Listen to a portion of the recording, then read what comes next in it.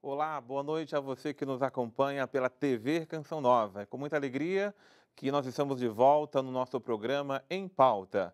Sou eu, Padre Roger Araújo, que tenho realmente a imensa satisfação de estar com você todas as quartas-feiras, 11 horas da noite. Hoje nós estávamos especialmente acompanhando agora há pouco o final da visita do Santo Padre, o Papa Francisco, ao México. Papa se despedindo desse povo tão amado, tão querido, após dias de uma intensa visita a um país que sofre tanto pelas mazelas sociais, pela pobreza, mas é um país onde a evangelização é muito consistente. Que a visita do Santo Padre ao México produza muitos frutos, não só ao povo mexicano, mas à América Latina e ao mundo inteiro. As palavras do Santo Padre, que elas continuem então ressoando em nosso coração. Que Deus abençoe então o Papa Francisco na sua viagem de volta para casa.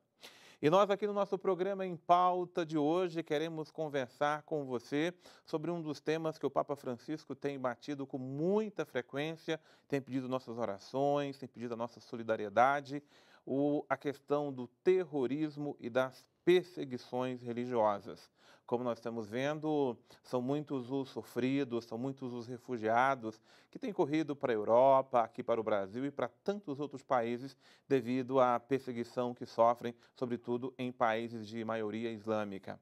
Nós vamos entender hoje no nosso programa por que acontecem essas perseguições, por que o terrorismo está tão em alta no mundo de hoje. É um assunto que interessa a todos nós, na qual nós devemos não só se interessar pelas nossas orações, pelas nossas preces, mas também devemos contribuir, fazer a nossa parte para que possa cessar essa onda de terrorismo que já dizimou a vida de tantos cristãos, de tantos homens e mulheres por este mundo afora. Por isso, nós chamamos você para que venha conosco conversar sobre esse tema tão importante, terrorismo e perseguições religiosas no mundo.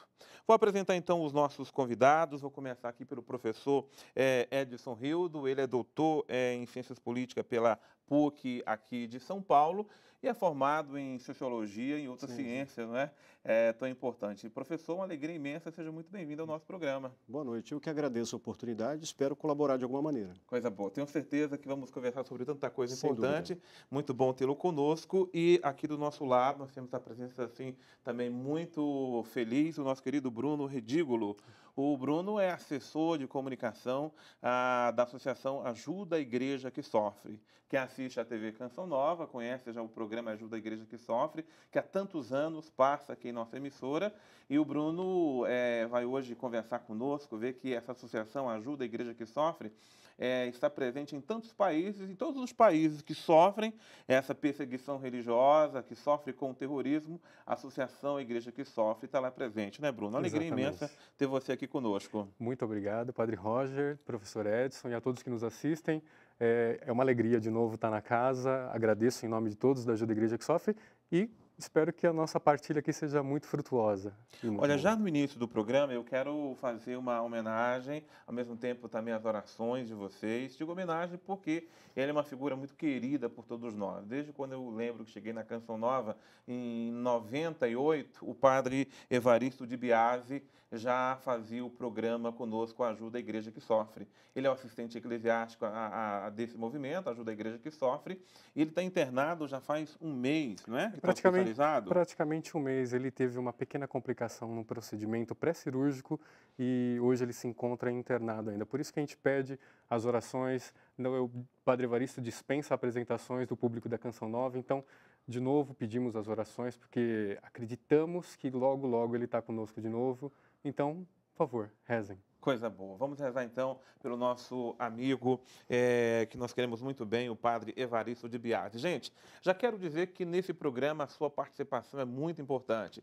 Ele está acontecendo ao vivo e você pode mandar a sua colocação, você pode mandar a sua pergunta, você pode mandar a sua questão, não é? O que você tem, o que você quer saber, o que você quer acrescentar para esse tema tão importante. É só mandar um WhatsApp para nós. O nosso número está aí, é o 11, tá? 94 212 6007. Vamos lá mais uma vez? 11 94 212 6007. Basta você mandar. Agora é importante que ao mandar o seu WhatsApp, você se identifique, vontade, diga o seu nome e da cidade que você está falando, para a gente saber com quem nós estamos conversando, tá bom? Então, nós estamos esperando a sua pergunta, a sua colocação, a sua colaboração e os nossos convidados vão, na medida do possível, responder aí a sua participação, tá certo? Bom, nós vamos então acompanhar já aqui no início do programa um vídeo aqui que a nossa equipe preparou para você, para nós termos um pouco de entendimento sobre o assunto. São tantos países que recebem refugiados, perseguidos políticos, perseguidos por causa desse motivo do terrorismo, sobretudo presente no Oriente Médio, e aqui o nosso país também, o Brasil, recebe também muito desses refugiados. Vamos acompanhar então a matéria que a nossa equipe preparou para você. A violência na Síria tem aumentado desde 2011, mas o pior momento foi no ano passado, quando 76 mil pessoas morreram, entre elas milhares de crianças, de acordo com o Observatório Sírio dos Direitos Humanos. Quase 8 milhões foram deslocados de suas casas e se abrigam em prédios abandonados. Mais de 200 mil pessoas vivem em áreas sitiadas. Cristãos e minorias religiosas também são alvos dos radicais do Estado Islâmico. O drama é acompanhado de perto por Dom Abdul Erbek, arcebispo greco-melquita na Síria. Os cristãos antes da guerra eram 8% da população, mas esse número diminuiu. Os conflitos são mais intensos em cidades do leste e norte da Síria, que sofrem com ações do grupo extremista Estado Islâmico. A família síria não contém a emoção ao ver as fotos da igreja que frequentavam destruída pelos extremistas na cidade de Alepo. Rani veio sozinha para o Brasil, foi acolhida por uma família brasileira e depois vieram os pais e o irmão. A situação lá foi muito ruim, é perigoso, muito. Por isso nós decidimos de chegar com o coração triste, sabe? Esta outra família de cristãos deixou a Síria depois de perder o pai. Aqui, mãe e filha vivem numa igreja presbiteriana, mas nos atenderam numa igreja síria ortodoxa. Porque na minha cidade, na Síria, muito cristão morreu todo dia. Minhas amigas, minhas professoras, meu pai, muitas pessoas, todo dia. Eu sei uma coisa, Deus sabe tudo. Só Deus quer para mim, a minha mãe, para chegar no Brasil, para morar aqui, só Ele sabe. Olha aí, professor Bruno, cenas como essa... Desculpe, professor Edson, o Bruno está aqui, Edson. Cenas como essa que nós vemos aqui agora nesse vídeo, acontece praticamente todos os dias, não é? Lá onde há essas perseguições religiosas, onde o terrorismo é presente, sobretudo a Síria, porque o Papa tem pedido tantas orações pela Síria, pelo Iraque, mas nós gostaríamos que o senhor fizesse uma contextualização Sim. política para nós, sociológica para nós, da origem do terrorismo. Por que o terrorismo está eclodindo tanto nos dias de hoje? Bom, mais uma vez, prazer estar aqui com vocês e poder participar, ao Bruno também, né, satisfação.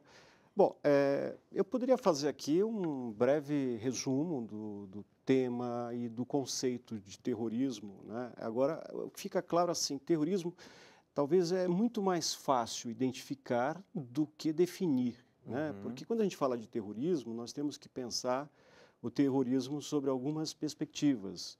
Você pode ter, por exemplo, o terrorismo do Estado, né? Muito pouco se fala sobre isso, mas a história mostra o quanto o Estado também usou a violência como forma de impor, né, pela força a sua vontade, especialmente nos estados totalitários.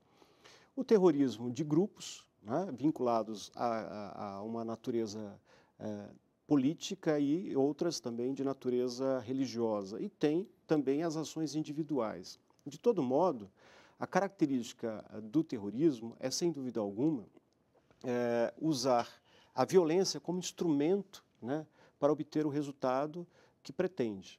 Muitas vezes, o resultado não é necessariamente o alvo que foi atingido, mas o que representa esse alvo do ponto de vista simbólico. Por exemplo, quando você mata grupos de forma aleatória de pessoas que esteja vinculado a uma determinada religião ou ao pertencimento a um determinado país. Portanto, há uma questão simbólica e um significado muito grande.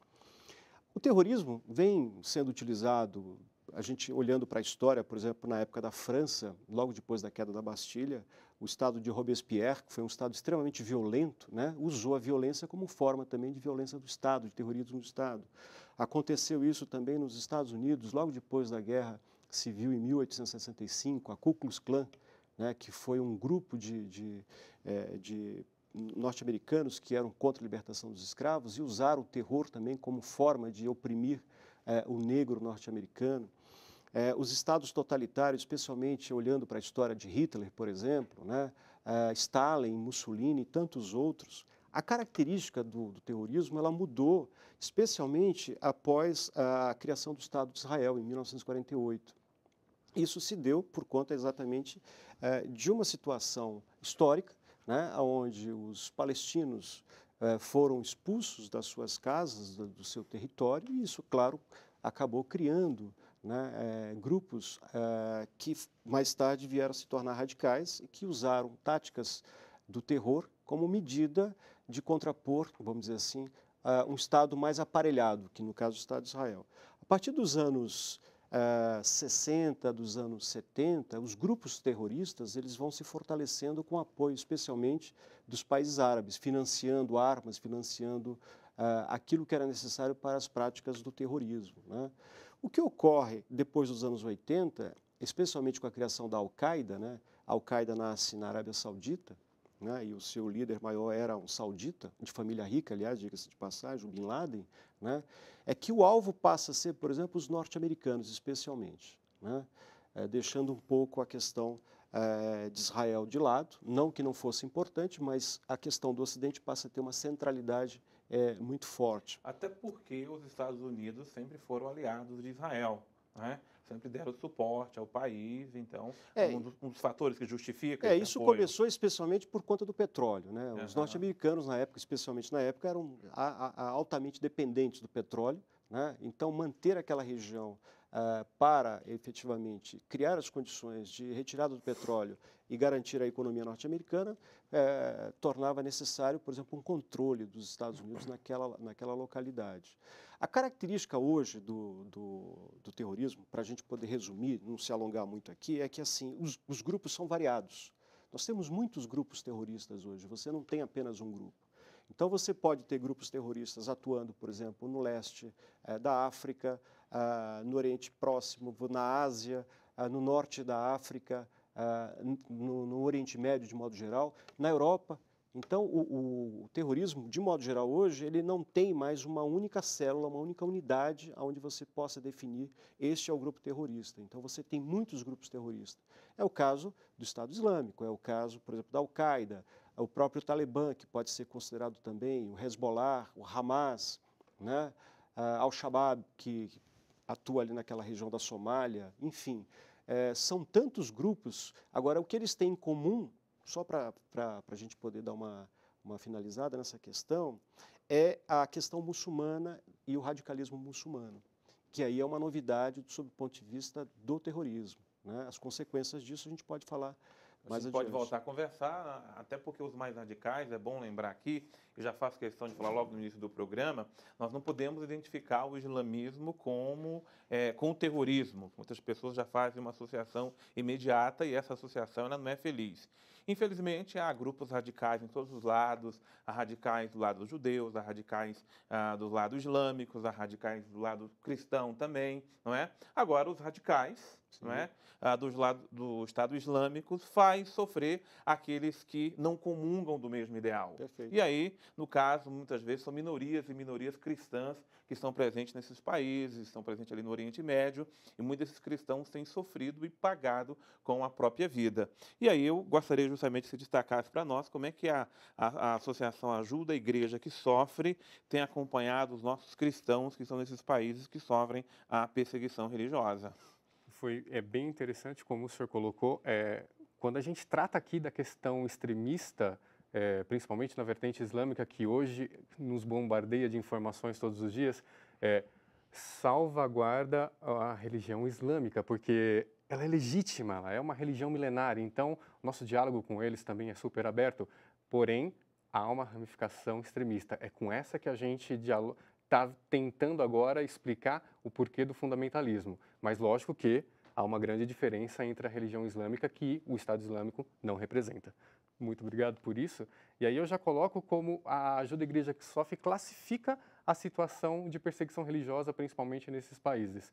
De acordo com o artigo 18 do Código de Direitos Humanos, a AIS com 2 perguntas identifica aonde que há perseguição religiosa. Primeiro, eu posso professar minha fé? Segundo, eu posso trocar de religião? Se as 2 perguntas forem sim, fantástico, não há perseguição religiosa no local onde eu me encontro. Se uma das perguntas tiver uma negativa, é preciso uma análise mais crítica, porque há grande incidência que nesse local há perseguição religiosa. E aqui também eu abro um parênteses para a gente especificar o que é perseguição, diferente daquilo que é intolerância, diferente daquilo que é discriminação e preconceito. Para isso eu dou alguns exemplos. No Egito, por exemplo, quando um não muçulmano vai procurar um emprego numa repartição pública, por exemplo, uma das primeiras perguntas que o entrevistado faz é: qual o seu nome? Segunda pergunta: o nome do seu pai? Terceiro, o nome do seu avô. Se em nenhum dos casos houver um Mohammed, você não é muçulmano. E provavelmente é um cristão, e só por isso a vaga não vai ser sua. Isso é discriminação. Uma outra situação muito diferente: um cristão ou um não muçulmano não pode ser ginecologista no Egito, por exemplo, além de também não poder lecionar o árabe. Na primeira situação, porque um cristão ou um não muçulmano não pode olhar as mulheres muçulmanas. É inadmissível. E na segunda situação, o árabe é a língua do Alcorão. Então não cabe a uma pessoa que não seja muçulmana ensinar a língua sagrada, ainda mais tendo o pressuposto que ele poderia interpretar o Alcorão. Então isso é inadmissível. E uma terceira, e aqui eu também termino com esse exemplo, é uma família não muçulmana que vive no Egito, e isso acontece sobretudo nos vilarejos. É normal para nós ocidentais sair na rua de cabelos ao vento, como se diz, mas isso no Egito, não. Então, famílias cristãs ou famílias de não muçulmanos que saem sem o uso do véu são discriminados na rua, são chamadas a atenção. As meninas, por exemplo, as jovens, sentem vergonha de ir para a rua sem o véu. Famílias são chamadas à atenção por permitir que as meninas andem dessa maneira. Então, com a incidência dessa discriminação, o que acontece? As pessoas acabam cedendo. Então, as jovens, as mulheres que não são muçulmanas, acabam fazendo uso do véu para não serem discriminadas nas ruas. Isso é discriminação, mas não se caracteriza como perseguição. São casos isolados e não ganharam corpo de perseguição ainda. Nós vamos voltar, muito boa a sua explicação, vamos voltar a essa situação da perseguição, mas aí eu vou voltar aqui com o professor Edson, e é muito bom a gente entender isso, até para a gente sair daqui do programa hoje, sem nenhum preconceito, não é, com qualquer religião, sobretudo a religião islâmica, a qual nós temos realmente uma verdadeira consideração. Temos o Papa Francisco, a Igreja Católica, mantém um bom diálogo com a Igreja, com a religião islâmica, não é? Então isso é muito importante. Mas, professor Edson, algumas pessoas talvez confundem, porque o grande nome hoje, quando se fala em perseguição, quando se fala em terrorismo, é o Estado Islâmico. Como é que nós podemos compreender o Estado Islâmico? Bom, não sei se cabe aqui a gente falar um pouco da história, né? Se tiver tempo, pelo menos dar um breve resumo. Mas só para completar a sua indagação, a sua preocupação, é bom lembrar que as maiores vítimas da violência, do radicalismo dos terroristas muçulmanos são os próprios muçulmanos. Né? Então, se a gente olhar em termos de números absolutos, número de pessoas que morrem vítimas da barbárie causada por grupos terroristas, são muçulmanos. Né? Então, a gente precisa entender... Para entender que não é uma coisa voltada diretamente não, absolutamente contra os cristãos, não. né? O que eles fazem, né, especialmente a gente está falando do Estado Islâmico, o que eles fazem, né, com o chamado apóstatas, que são aqueles que não se declaram fiéis ao califa, né, porque o que eles querem é um califado, né, e para quem não sabe, o califado é um reinado absoluto e único e universal, porque eles têm projeto de expansão. Isso fica claro, é um projeto de poder, um projeto de expansão. Né? E quem são as vítimas? São os próprios muçulmanos. Né? Então, nessa situação, a gente tem que observar também que o radicalismo coloca em risco de vida né, os próprios muçulmanos que lá estão naquela zona de conflito, infelizmente. Bom, com relação ao Estado Islâmico, hoje considerado, né, o grupo mais perigoso do ponto de vista do terrorismo, sem deixar de lado a Al-Qaeda, que também tem multicélulas espalhadas por várias partes, na África, na Ásia especialmente, né? Mas a característica do Estado Islâmico primeiro que ela foi um desdobramento da Al-Qaeda, né? Ela começou por volta de 2005, em razão da invasão norte-americana no Iraque, houve aquele vazio do poder porque o Saddam caiu, não houve um poder que o substituísse, então começou a haver ali táticas de guerrilha, né, especialmente orientada por membros da Al-Qaeda. E os líderes da guerrilha que foram formados pela Al-Qaeda, eles foram se emancipando, foram ganhando autonomia e foram criando um poder próprio, né, e com um propósito próprio de criar um califado. E esse propósito do califado tinha a natureza de expandir território e ocupar novos territórios. E a violência é utilizada como instrumento do terror. E eles usam, inclusive, passagem do Alcorão para justificar as barbáries causadas, inclusive a escravidão, a decapitação, né, as mortes violentas causadas por eles, né? E esse movimento, né, está colocado também com o que eles chamam de shahis, são os mártires, né? Porque a figura do mártir no terrorismo é muito importante, porque o efeito causado por esse shahis, né, é devastador. Imagine uma pessoa em que ela está disposta a morrer, ela leva a quantidade de bombas suficiente para destruir um quarteirão inteiro e com ela levando dezenas, centenas de pessoas, às vezes, dependendo do tipo de explosivo que ela esteja levando, um efeito colateral ainda pior, né? E hoje o Estado Islâmico ele tem uma situação ainda mais grave. Como ele teve muitas baixas nos últimos meses, eles estão agora aliciando as crianças, com 8, 9, 10 anos, né, treinando em campos de treinamento militar, com um propósito claro, né, de formar um novo Estado e aumentar a sua base de resistência, usando a violência, o terror, né, caso os meninos, por exemplo, não entrem no exército desses, do Estado Islâmico. Deixa eu só colocar o Bruno aqui na conversa. Eu gostei das distinções que você fez anteriormente, mas a gente queria terminar esse bloco você dando para nós agora a definição e de que forma acontece, então, a perseguição religiosa. Perseguição, principalmente agora, sobretudo no Oriente Médio, eu poderia citar agora alguns países que entraram agora em 2015 na situação máxima de perseguição, que são Iraque, Nigéria, Sudão e Síria. Eu acrescentaria ainda que República Centro-Africana tem passado muitas situações de perseguição lá desumanas. É muito interessante quando a gente cita que não só cristãos são perseguidos. Há muitos outros grupos religiosos que também sofrem perseguição. No entanto, 80% das perseguições religiosas são perpetradas contra os cristãos. Então, é um dado muito relevante, por isso que, quando nós falamos de perseguição religiosa, muito se fala dos cristãos, porque 80% é voltado contra os cristãos. Bruno, me permite fazer uma conexão a essa questão? Eu vejo essa preocupação maior, especialmente na África, né? Porque a questão da perseguição no Oriente Médio, ela não está tão focada na questão, por exemplo, dos cristãos, né? Muito pelo contrário, porque, por exemplo, o Estado Islâmico é xiita, radical xiita. Eles têm, inclusive isso tem documento que prova, inclusive com material de vídeo, etc. e tal, que eles têm claro objetivo de destruir todos os xiitas da face da terra. A gente está falando de 220 milhões aproximadamente de xiita. Não é à toa, por exemplo, que o governo do Irã financia grupos contra o Estado Islâmico, né? Veja que situação. Hezbollah, que é um grupo terrorista, financiado pelo Irã e é xiita, combate o Estado Islâmico em território sírio. Veja a confusão, né? Quer dizer, grupos terroristas combatendo grupos terroristas para evitar que aquele grupo terrorista extermine o outro grupo terrorista, porque há uma briga entre sunitas e xiitas. Seria complicado explicar isso em tão pouco tempo, mas a questão realmente é muito delicada e muito complicada. E, aproveitando, eu só queria até relembrar quando que foi, na verdade, o cume dessa perseguição, pelo menos agora, nesses últimos anos. E eu recordo aqui o junho de 2014, quando o Estado Islâmico, até então, começou a invadir também o centro do Iraque rumo ao norte, mas graças a Deus lá não chegou. Foi muito devastador o que ocorreu, porque as vilas ficavam sabendo pouco tempo que os militantes, que os extremistas estavam chegando. Então era uma situação onde eu pegava minhas coisas e saía correndo. Porque o Estado Islâmico ele dava 3 situações para as pessoas que eram capturadas. A primeira, a espada.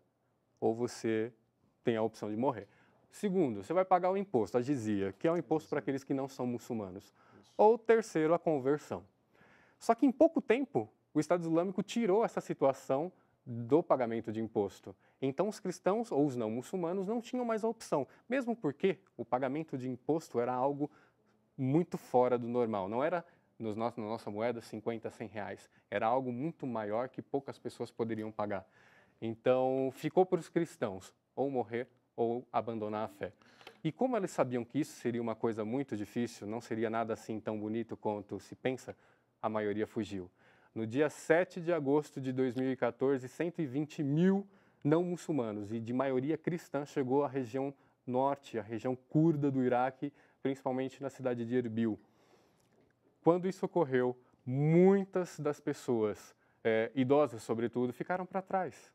E aqui eu coloco um pequeno exemplo, se me permite, ainda temos tempo? Não, vamos fazer o seguinte, vamos para o intervalo agora. Perfeito. Tá? E a gente volta no intervalo com o seu exemplo, depois do intervalo, tá certo? E as suas perguntas estão chegando aqui para nós, mas você pode continuar mandando aí o WhatsApp para nós, que depois do intervalo nós vamos voltar para tentar responder muitas das perguntas que estão chegando. Mas estou aguardando a sua também, tá bom? Vamos para um rápido intervalo e já voltamos com o nosso programa Em Pauta.